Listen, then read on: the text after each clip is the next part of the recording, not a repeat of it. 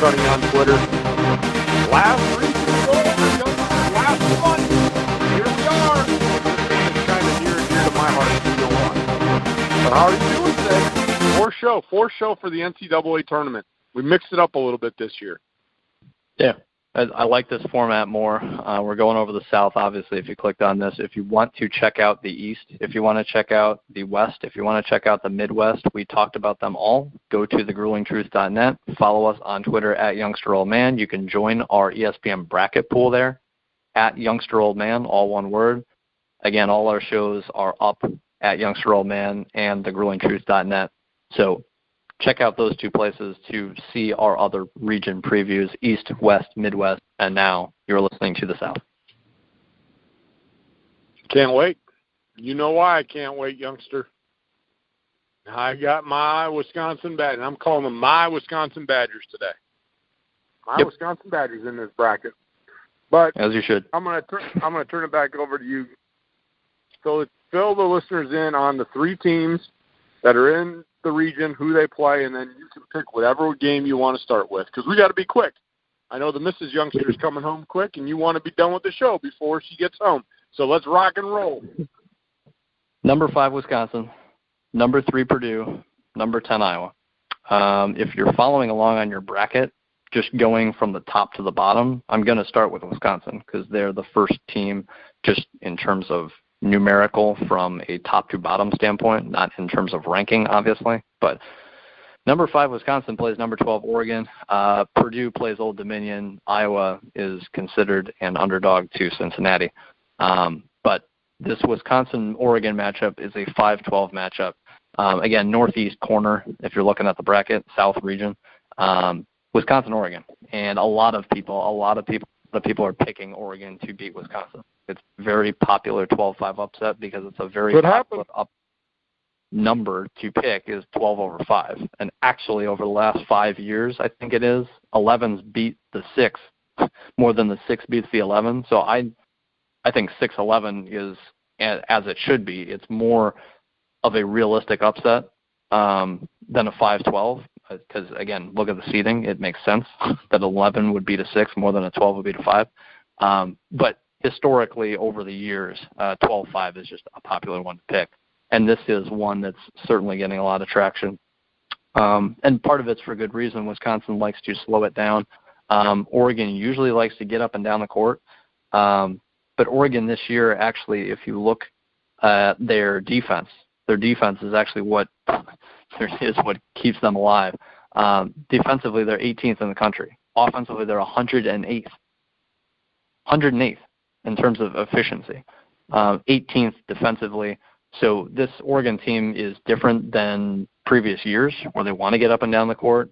Oregon, Wisconsin it almost seems like they play each other in the postseason every other year. It does. It does seem like they're always playing in the tournament. Yeah. That's because the passes always get sent west. They should just they should just buy land out there and just have rental property for the basketball team when they get sent to the west. This year they're playing in the South region. Oh, they're in the South, though. Yeah, they're in the South, though. Wisconsin and Oregon are in the South region. You got a Midwest versus a West team in the South. Right. But they always seem to play each other. Yeah. The one thing with Oregon to know, other than that they're actually a defensive team this year, is they've won 8 straight games. They won the Pac-12 tournament coming into the NCAA tournament. They were 15-12, and then they won 8 straight to close the year. So this team was not doing much of anything. And then, they caught fire. 6-8 in conference when they were 15-12. So they were long shots of making the tournament. But you win 8 straight games, you win your postseason tournament, you're obviously going to get in. So that's why Oregon is in. That's why they're a 12 seed as well. This team has not been good all year. They've been good in the last 8 games. Part of that is, getting used to dealing with injury. Their best player got hurt after 9 games this year, so they had to kind of reinvent themselves. Manute Bol's son, Troy. Bol was his name. He was a freshman this year. He was dominant. Okay, so that just tells games. me when Manute Bol hit his head on the rim a few too many times. Why didn't you name your kid Bol? I have no idea. But Oregon had to readjust themselves. They had to get healthy. There were other injuries. So this team now is playing really well. And Wisconsin is, again, a team that is not extremely talented. They have Ethan Happ, who's great, but around him are a bunch of pieces that can be good, but they also can be So it's just simply going to come down to how efficient Wisconsin is offensively, in my opinion. Oregon's not going to score 80. Wisconsin's not going to score 80. It's going to be a game in the 60s, in my opinion, maybe 50s for one of these teams, maybe both, because they're both very good defensively. And I think Wisconsin's got the best player in Ethan Happ, but Oregon, as of late, is certainly playing better than a 12 seed would indicate. They're healthy. They get it. They're playing well at the exact right time you want to be playing well. So that's kind of why a lot of people are looking at Oregon in this upset. Yeah, they can look all they want, and I'm not even being a Wisconsin homer. But I will say this. Could they lose? Yeah, they could. But, again, you already went over the numbers, Kevin. 18th defensively for Oregon, and what was it, 108 offensive efficiency? Yep, correct. All right, so now flip that to the Badgers. Third defensively, 52nd offensively. All right. So, again, Wisconsin, not great offensively. And to be honest, though, 52nd out of 300 and some odd teams isn't actually that bad. Offensively, no. I think they're better this year than they have been in many years past. But, again, it's offensive efficiency. It's not points per game. Wisconsin's never going to throw up a ton of points per game, ever, even with Ethan Happ.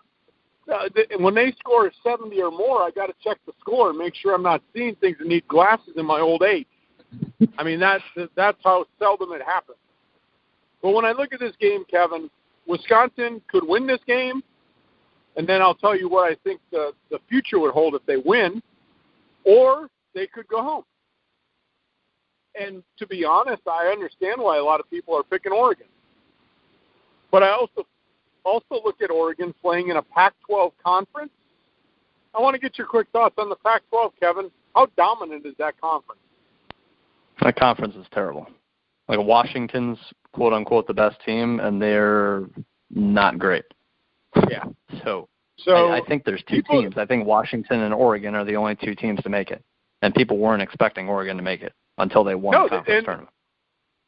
Even if they would have lost in the conference championship, maybe they wouldn't have made it.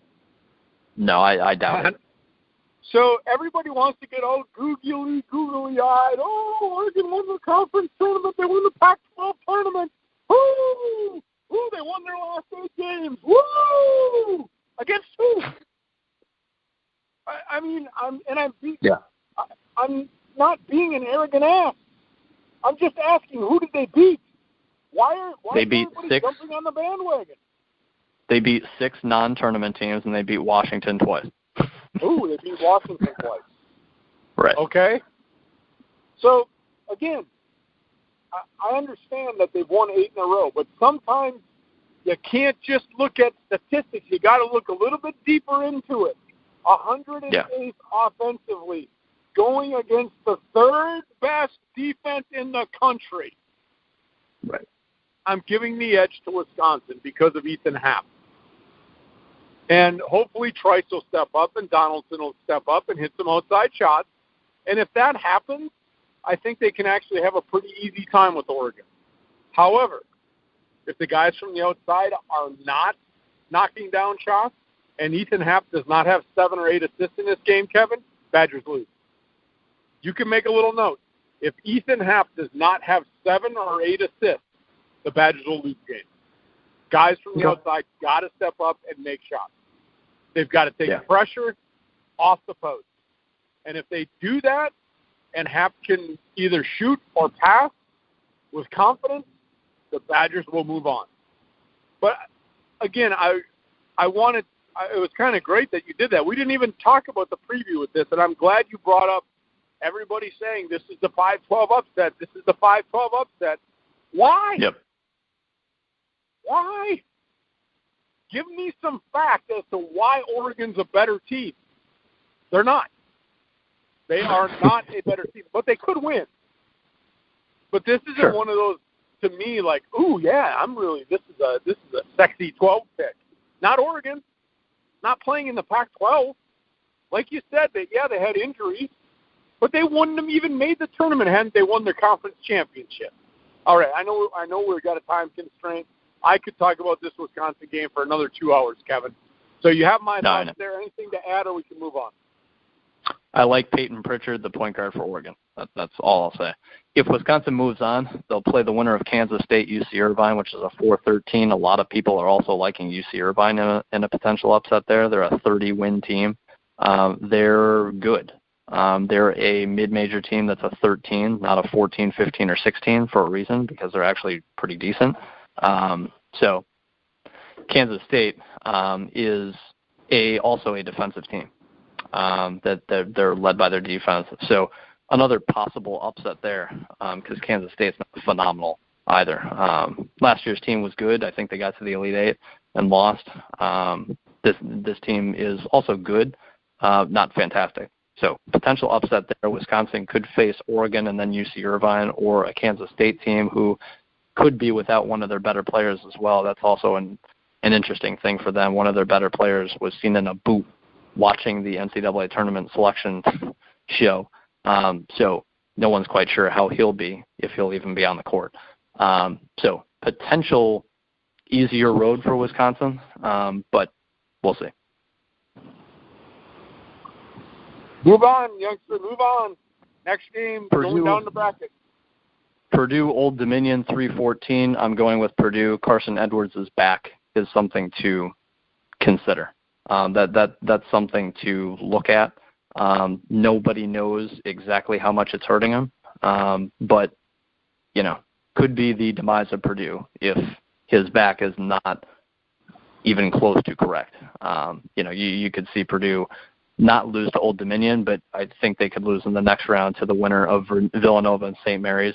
Villanova is not the Villanova they have been at all, but Villanova is a 6th seed for a reason. They're solid. They're not great. They're not bad, obviously, but Villanova the last few years has been phenomenal shooting the three.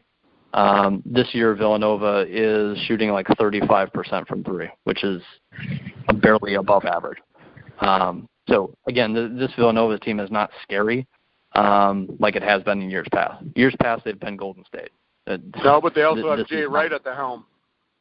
Yeah, very good coach. They've got some good players, for sure. But Purdue's the better team. They should make it out of this group of four into the Sweet 16. But, again, Carsen Edwards is back. That's just the main storyline, I think. The joys of having to pick all of the games and all of the winners, because you brought up a great point. Purdue should – it all depends. If Edwards is hurt and they struggle, they should still win the first-round game. But This is the thing. You've got to now pick the second-round game. To be honest, even with a healthy Carsen Edwards, Villanova would give them a game. And St. Mary's is nothing to brush under the rug. Villanova's got to get by St. Mary's first. But Villanova would give Purdue a game in my mind anyway with a healthy Carsen Edwards. However, if I'm watching that first-round game and I see Carsen Edwards hurt and all of a sudden they advance, it's like, man, and I haven't picked my bracket yet. I don't know if I'm picking Purdue in a second. And part of that is because of his back. That's why I'm hesitant. Because if you pick Purdue and all of a sudden Carsen Edwards tweaks his back and is not playing well, you can't change your pick. You cannot go in and change, their best player got hurt. No, sorry. No can do. That's a big injury when you're picking brackets. Yeah. So it's hard. I think it's hard to take Purdue should move on, though, Kevin, to the second round. Yeah, I would agree. I've got nothing more on Purdue, honestly. No, move on. Yeah. So we'll see. Hopefully we're talking about them a week from now and potential Sweet 16 matchup. And Carsen Edwards is looking healthy. Then we could have a lot to talk about. Not that we don't now, but moving things along. Number 10, Iowa. Number 7, Cincinnati. This is it for the Big Ten. This is our last team we're talking about. I love Iowa. I think Iowa was 21-6, I believe, until they lost 3-4 straight. They're 1-5, I believe, in their last 6. Part of that is blowing a game where you're up 9 with a minute left. Part of that is your coach being suspended for 3 games. I don't think they blew that game, Kevin. We talked about it on the show. That was just mad luck. That is something that happens once every 5 years, that you lose a lead like that. I mean, if you want to say they blew it, fine. But, man, how often do you see a team come back from 9 down with a minute to go? It doesn't happen very often. No. You know, it's one of those things where everything has to fall into place. And I don't even call it blowing it. It was pure mad luck that they lost that game. I like Iowa, too. Yeah. I'm going to cut you off, and then you can continue. Everybody is, like, down on Iowa in the tournament, like, oh, this is not a 7-10 to pick. Yeah, it is. I know in football we do a lock of the week, Kevin. Here's my lock of the week. Iowa over Cincinnati. Iowa over Cincinnati. Again, you look at Cincinnati. Oh, they're playing a decent conference, right? It's okay. What conference does Iowa play in? And Iowa can play with the big boys. And Iowa offensively, this is the best offensively that I've seen Iowa in years. Usually they're that blue-collar, we're going to rebound, we're going to hustle, we're going to steal the ball, we're going to play that slow pace. No, not this year. No, this is an Iowa team that still is, they're okay defensively, much better than last year.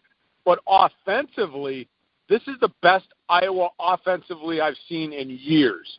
So there's my lock of the whole tournament. I haven't locked anything. Oh, I did, Michigan State. Michigan State in the Sweet 16 I locked. So two locks, Michigan State and Iowa over Cincinnati. Now, it's going to be a game, but I like Iowa.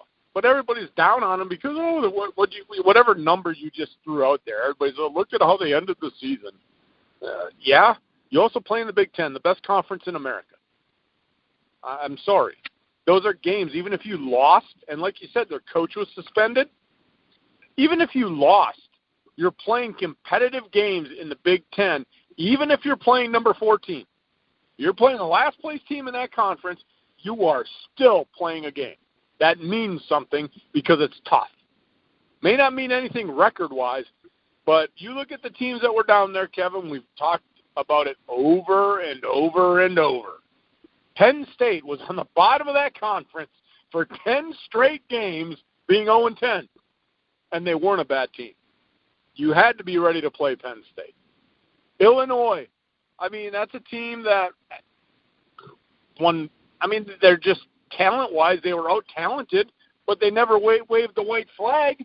Rutgers won 7 games.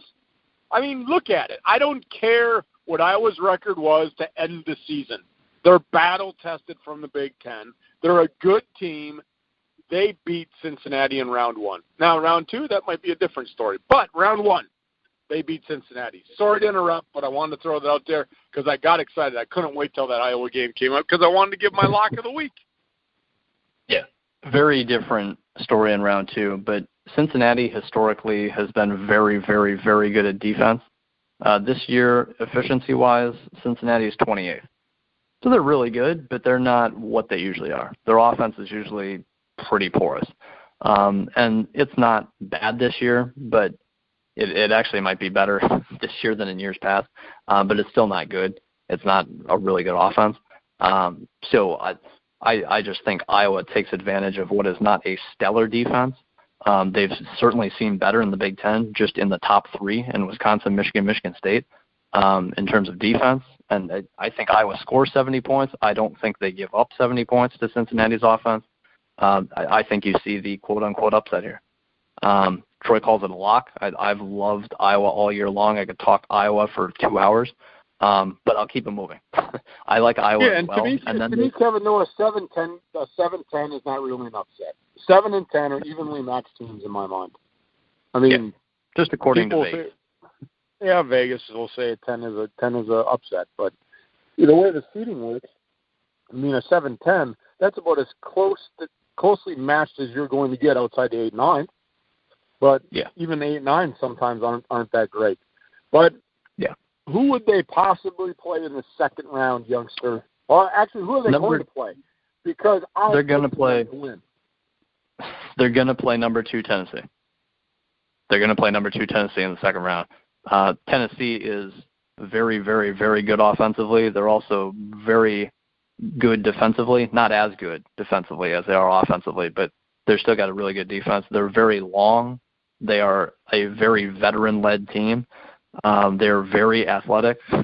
They're very good. Keep using the word very. They're the most complete team in this entire region. They're more complete, I think, than Virginia, and I think very highly of Virginia. I think they're more complete than Virginia. I think Virginia is better overall, but I think Tennessee is a more complete team just offensively, defensively, and how they can beat you, if that makes any sense. But no, it does. So Tennessee is one of my teams that, because I'll always go through and I will mark. Maybe I do it backwards, but I will look at the teams who I think have a chance to be in the Final Four. Then I see where they are in the bracket. Tennessee's one of those teams. And then that's how I can pick some of my upsets, because I'm going to take those teams pretty far in the tournament. And then I want to see if they're going to match up against another team that I'm picking in the Final Four. And I do this. I already have my list. Before the bracket even came out, Kevin, I have my list of teams that I thought could be in the Final Four. So I don't wait till the bracket comes out, because I don't want to have any bias. Like, oh, Tennessee's in there and Virginia's in there. No, this is the group of teams that I think could be in the Final Four, a legitimate chance to be Final Four teams. And then I look at them and see what regions they're in, where they're seated. And it has a lot to do with how I pick. So what else you got on this, youngster? Because I know you got to fly. Mrs. Youngster's probably pulling in the driveway soon. She may already be home. I don't know. She is. But I do want to mention something about Wisconsin. And so when you're done wrapping up, because we're in this region, and it's very important, because I told you I'll tell you about their fate should they win. I want to give you some food for thought moving forward. But we just talked about Tennessee. Like you said, the most complete team. Remember you said that. Yeah, Tennessee's better than Iowa. Tennessee's better than Iowa. I have Tennessee beating Iowa. I'm not, cat's out of the bag. Tennessee beats Iowa. That's my pick. Even though I love Iowa, Tennessee's just better, and they're older. So you sure you want to pick Tennessee over Iowa, youngster? Yes. You're taking a big gamble there on that one. I just love Iowa a lot more than everyone else, so it's hard for me. But they don't I do have think very enough highly to fight Tennessee, though. I'm sorry, youngster. We're Big Ten guys. Well, this is the thing. We talked about it on I think the East region, or maybe I don't know what region we were talking about. Even though we pick against the Big Ten, we're still rooting for them. I may have Tennessee going to the Final Four. But do you think I'm not going to root for Iowa in round 2 over Tennessee? Oh, heck yeah, I'm going to. I'd love to see Iowa pull the upset over Tennessee, even if it would ruin my bracket. But I don't think they've got enough. They would have to play a near-perfect game against Tennessee. And that might not even be enough. What else you got on that game there, youngster? It would come down to Iowa's defense, playing better than they have all year. That's what it comes down to. Offensively, they can match Tennessee, I think. But defensively, a completely different story. So that's all I got. Show is yours. All right, so I want to switch back to Wisconsin real quick. And part of this is because I follow Wisconsin more than any other team. I mean, every day looking at Wisconsin stuff. So, like I said, Oregon could beat Wisconsin. Wisconsin can be beat on any given night, Kevin. But when they've got the inside-out game going, they're tough to beat. They can then play with anybody in the country, right? Or would you disagree with me there? I agree with you 100%. So if they're efficient from outside, and Ethan Happ can do whatever he wants inside. And what I mean by doing whatever he wants, he can either take it to the hoop or he can dish the ball outside. If I'm Oregon, I follow Ethan Happ every time he gets the ball and make him shoot free throws. I mean, that's what I would do. But they're probably not going to do that, so I think Wisconsin can win. I wanted to say this, that if Wisconsin wins, I think the second-round game could be a little more difficult, but I think they can win that. I actually think that they got the best draw for a number 1 seed. They got agree. Virginia. I agree. If Virginia and Wisconsin play, Wisconsin wins. That's what I'm going to say. Okay. Because the reason, they're both mutters. They're both going to slow the game down. Look at where their rankings are, Kevin, defensively. And and I'm not even saying this because I'm a Wisconsin homer. Wisconsin is 3rd efficiency-wise defensively. Virginia's 5th. Yeah. So, there you go. They're right there. Mirror images defensively. The game could be like 32-29. Honestly. That's what it could be. But then it's going to come down to, of all the guys on the court, who's going to be the difference maker? Because defensively, they're basically going to trade punches. They're both going to play tenacious defense. And then who is the best player going to be on the court? I actually point the arrow to Ethan Happ at that point. That's where I point it. And I don't even point it there because I'm a Wisconsin homer. I point it there because it would really be true. I believe Ethan Happ will be the best player on the court if those two match up in a 32-29 game. That's what it would probably end up. So I don't know if Wisconsin's going to get that chance, but I just wanted to say it on this show. Should Wisconsin play Virginia, I think Wisconsin wins. That's all I got. Got anything to add on that, or are we going to wrap this up? You probably Nothing think to I'm top not. that. Nothing to top that other than Virginia's got really good guards. They would absolutely beat Wisconsin in terms of guard play. But also Gardner-Webb's the 16 seed playing Virginia. They shoot 39% from 3. That's really good. Just saying. It's food not for thought. happening 2 years in a row, youngster. Virginia as food the for number thought 1 there. is not going down 2 times back-to-back. Gardner-Webb can shoot the 3 really well. That's it. That's all I'm saying. All right. Well, let's done. wrap it up. Let's wrap her up. All of our regions are done. I can't wait till next week's show. Or actually, we may do a little mini show after the games here, like a 10-minute recap. I don't know. We haven't decided yet. But find us on Twitter at YoungsterOldMan because you have to join our bracket. Go to at YoungsterOldMan, click on the pinned tweet, ESPN bracket, join group, get in there. You've heard the old man go off his rocker today, locking Iowa, saying Wisconsin would beat Virginia if they get that far. You're going to be better than the old man, so you won't finish in last place. Now, if you're better than the youngster, I have no idea.